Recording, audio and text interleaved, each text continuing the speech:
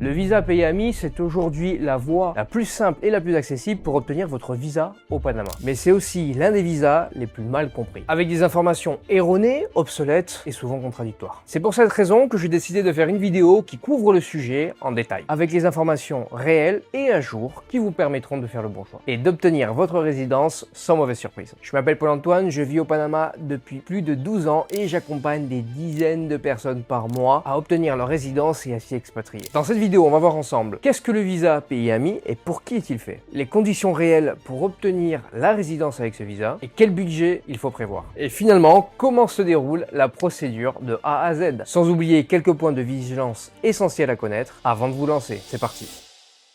C'est quoi le visa PayAmi? À quoi il sert et pour qui est-il fait? Le visa PayAmi, c'est un programme de résidence créé par le Panama en 2012 pour attirer des professionnels, des entrepreneurs ou bien des investisseurs étrangers. Concrètement, il permet aux citoyens de 50 pays, dont la France, la Belgique, la Suisse et le Canada, d'obtenir la résidence au Panama de manière relativement simple et accessible comparé à d'autres programmes de résidence dans le monde. Ce visa vous donne le droit de vivre légalement au Panama, d'y travailler, de créer une entreprise et d'accéder aux mêmes services que les résidents locaux, compte bancaire, assurance, carte d'identité panaméenne. Il fonctionne en 3 temps. Vous obtenez d'abord une résidence temporaire de 6 mois. À l'issue de ces 6 mois, vous aurez le droit à une nouvelle période de 2 ans. Depuis janvier 2025, une petite mise à jour a été réalisée au Panama et vous repasserez par une période probatoire de 6 mois. Arrivé à ces 3 ans, vous aurez donc le droit au précieux sésame d'une résidence permanente, sans date d'expiration. Et ce qui en fait l'un des visas les plus demandés, c'est qu'il couvre toute votre famille. Conjoints, enfants et même vos parents. Tout le monde peut être inclus dans une seule et même procédure. Maintenant, pour qui est-ce que c'est fait concrètement? C'est fait pour des entrepreneurs qui veulent une base légale et fiscale, stable hors de leur pays d'origine, ou bien pour des digital nomades qui veulent sécuriser une résidence sans forcément y vivre à temps plein. Et évidemment pour les familles qui souhaitent s'installer durablement dans un pays avec une qualité de vie élevée, une fiscalité avantageuse et une vraie stabilité économique. Alors, quels sont les critères et conditions exactes pour obtenir ce visa? Alors, pour être éligible au visa PayAmi, il y a une condition principale que tout le monde doit remplir. Être citoyen d'un des 50 pays amis reconnus par le Panama. Si vous regardez cette vidéo depuis la France, la Belgique, la Suisse ou bien le Canada, vous êtes éligible. Ne vous inquiétez pas, je mettrai la liste complète des 50 pays dans la description. Ensuite, bonne nouvelle. Contrairement à ce que vous pouvez lire sur beaucoup de sites, le visa PayAmi n'impose pas de conditions de revenu minimum. Pas de capital immobilisé, pas non plus de patrimoine à justifier. La seule vraie condition, c'est d'être citoyen de l'un des 50 pays reconnus par Panama. Et c'est tout. Pourquoi alors vous trouvez des informations contradictoires en ligne? Parce que pendant longtemps, certaines versions du visa exigeaient d'ouvrir un compte bancaire, créer une société ou d'investir. Ces exigences ont évolué depuis de nombreuses années. Aujourd'hui, dans sa forme actuelle, le visa PayAmi est accessible à quasiment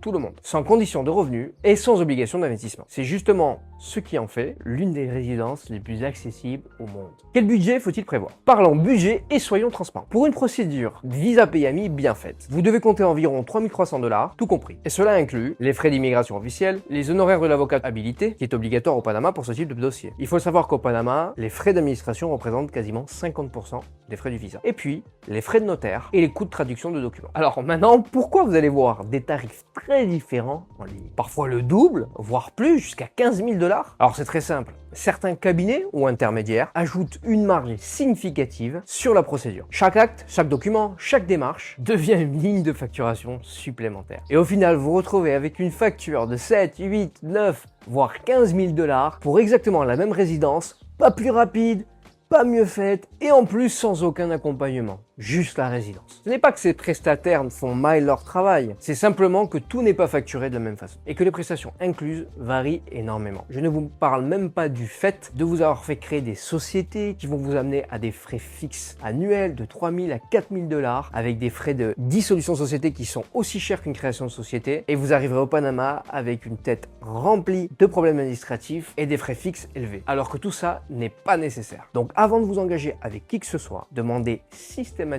un devis détaillé. Ce que vous payez doit être clair, et justifié. Et d'ailleurs, si vous voulez qu'on vous accompagne pour l'obtention de votre résidence de manière parfaitement transparente, que ce soit via le visa PAMI ou un autre type de visa, vous pouvez réserver un appel offert en cliquant sur le premier lien en description. Combien de temps prend la procédure et comment ça se déroule? Maintenant que vous savez ce que ça coûte vraiment, parlons du temps que ça prend et de comment ça se passe concrètement, parce que c'est souvent la partie que les gens visualisent le moins bien. Alors, le processus se déroule en 3 grandes étapes. La première étape, c'est la préparation du dossier. Et ça se fait depuis chez vous à distance. Casier judiciaire, passeport, justificatif, comptez quelques semaines pour tout rassembler et valider avant le départ. La deuxième étape, c'est votre premier et un court voyage au Panama City. Vous devez vous y rendre en personne pour le dépôt officiel du dossier. Mais rassurez-vous, les démarches administratives, une fois sur place, sont relativement très courte. On parle de quelques heures dans la semaine, pas de plusieurs jours de paperasse. Le reste du temps, c'est surtout l'occasion idéale de découvrir la ville ou bien le pays tout entier. Canal, différents quartiers, ambiance américo-latine. Et franchement, si vous envisagez d'y résider un jour, c'est le meilleur moyen d'enlever votre dernier doute. Beaucoup de nos clients nous disent que c'est ce voyage qui a définitivement fait